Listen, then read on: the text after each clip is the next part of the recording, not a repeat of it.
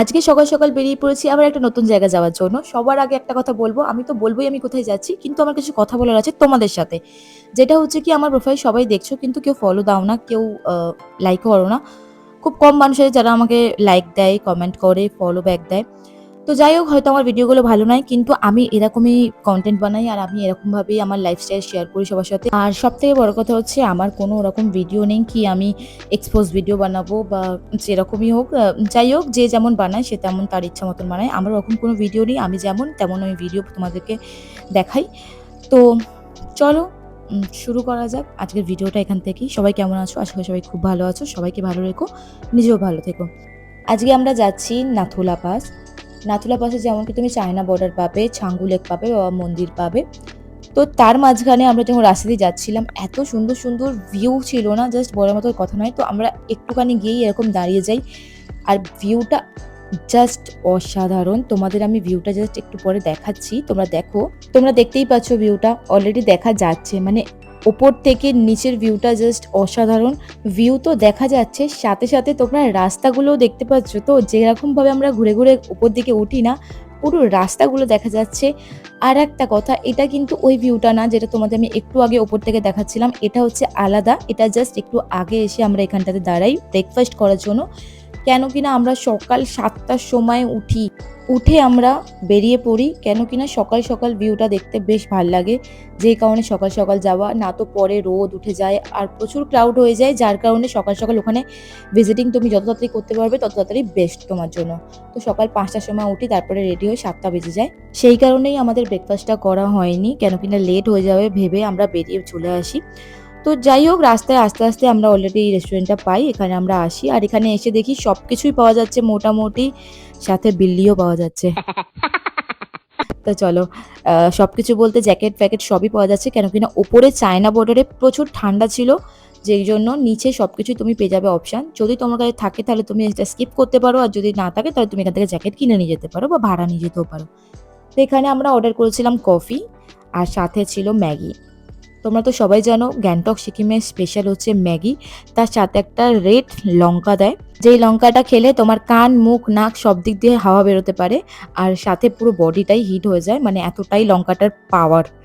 তো যাই হোক অনেকেই জানে যারা ওই সাইডে গেছে, যারা ঘুরতে গেছে শিলিগুড়ি, গ্যাংটক তারা ওই হয়তো খেয়েছো তোমরা। তো চলো খাবার আমার এসে গেছে। এখন আমরা খাবো ম্যাগি। ম্যাগিটা দেখে জাস্ট লোভ লাগছিল। আমরা বাড়িতেও বানাই কিন্তু ওখানের ম্যাগির টেস্টটা যেন একটু আলাদাই লাগে, জানি না কেন। হয়তো ঠান্ডা তার জন্য। তো যাই হোক আমাদের খাওয়া হয়ে গেছে। এবার আমরা বেরোবো। অলরেডি লেট হয়ে যাবে। বেশি লেট করে খেলে বেশি লেট হয়ে যাবে।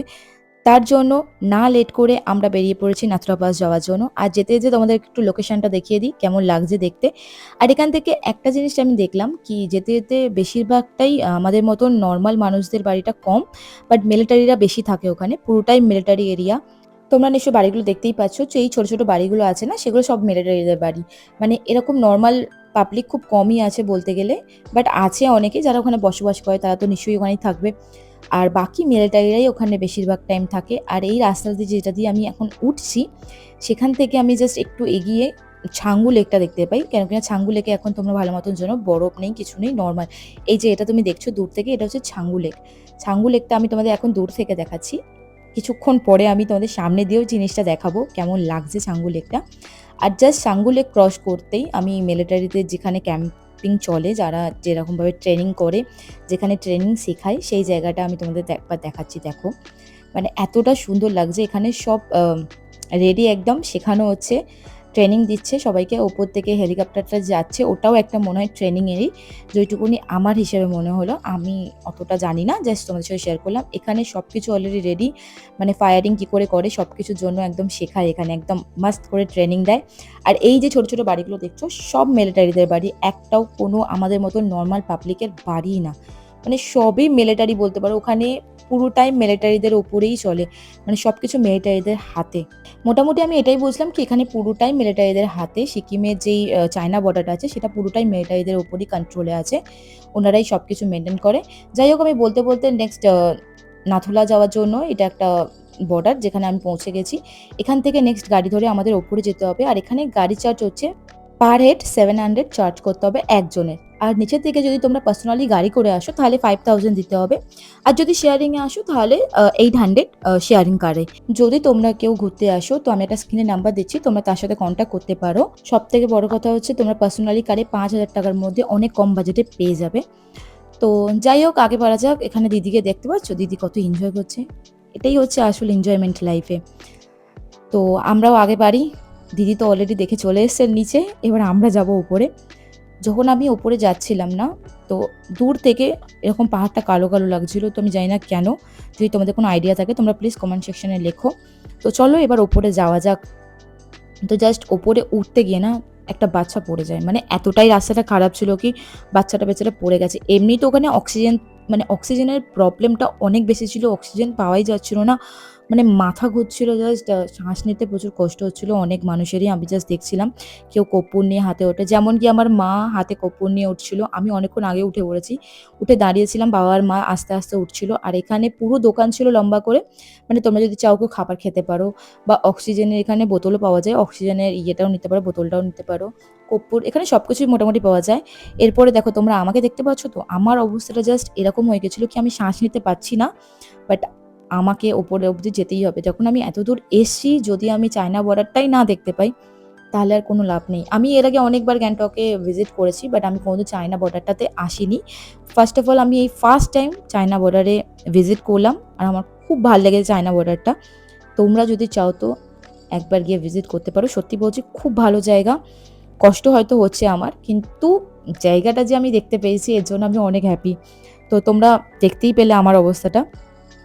তো ওপর দিয়ে নিচটা জাস্ট এরকম ছিল, আমরা সবাই এতটা ঘুরে ঘুরে এতটা ওপরে এসেছি, হেঁটে হেঁটে ওই সিঁড়ি দিয়ে দিয়ে, যেখানে বাচ্চাটা দেখলে তো পড়েই গেছিলো।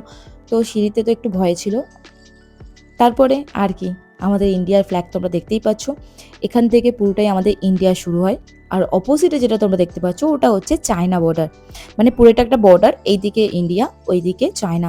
মোটামুটি এখান থেকেই শুরু হয় চায়না আর ইন্ডিয়ার বর্ডারটা। আর আমরা আগে শুনতাম কি ইন্ডিয়ান থেকে চায়না বর্ডার দেখা যায় না, পাঁচিল দিয়ে ঘেরা, এই দিয়ে ঘেরা, এরকম অনেকে অনেক কিছু বলেছে। বাট আমি যখন সামনের দিকে দেখলাম না, জাস্ট নর্মাল তার দিয়ে করা আছে, সেরকম কিছুই নয়। মানে দেখা যাচ্ছে হয়তো যদি কাউকে ধাক্কা মারে সে অপোজিটে পড়ে যেতেও পারে, এরকম হয়তো হবে না, জাস্ট আমি বললাম।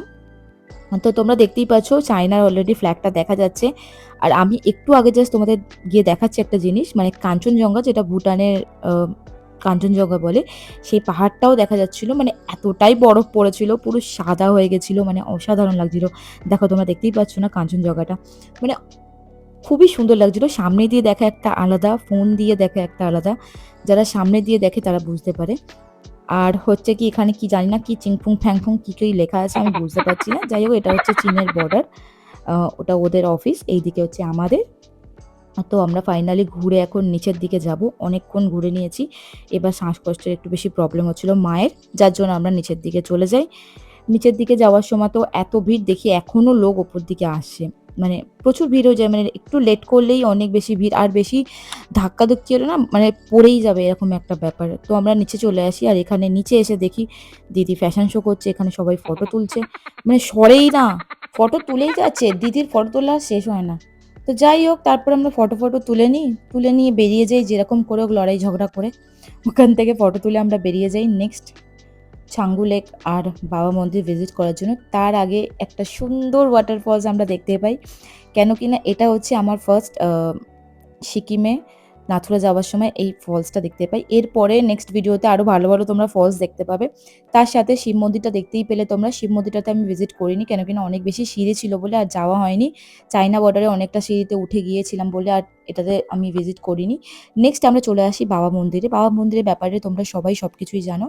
আরেকটা কথা বলে দিই, যারা এখনো কিছু বছর যাওনি তাদের জন্য এই নিউজটা, বাবা মন্দিরটা এখন নতুন করে এটা হয়েছে, বানানো হয়েছে, পুরোনোটা এটা না, পুরোনোটা হচ্ছে অনেকটা দূরে, আর এটা হচ্ছে নতুন করে। আর আমি অনেক বছর আগে যখন এসেছিলাম ছোটবেলায়, তখন আমি পুরোনোটা দেখেছিলাম, আর এটা এখন নতুন করে বানানো হয়েছে।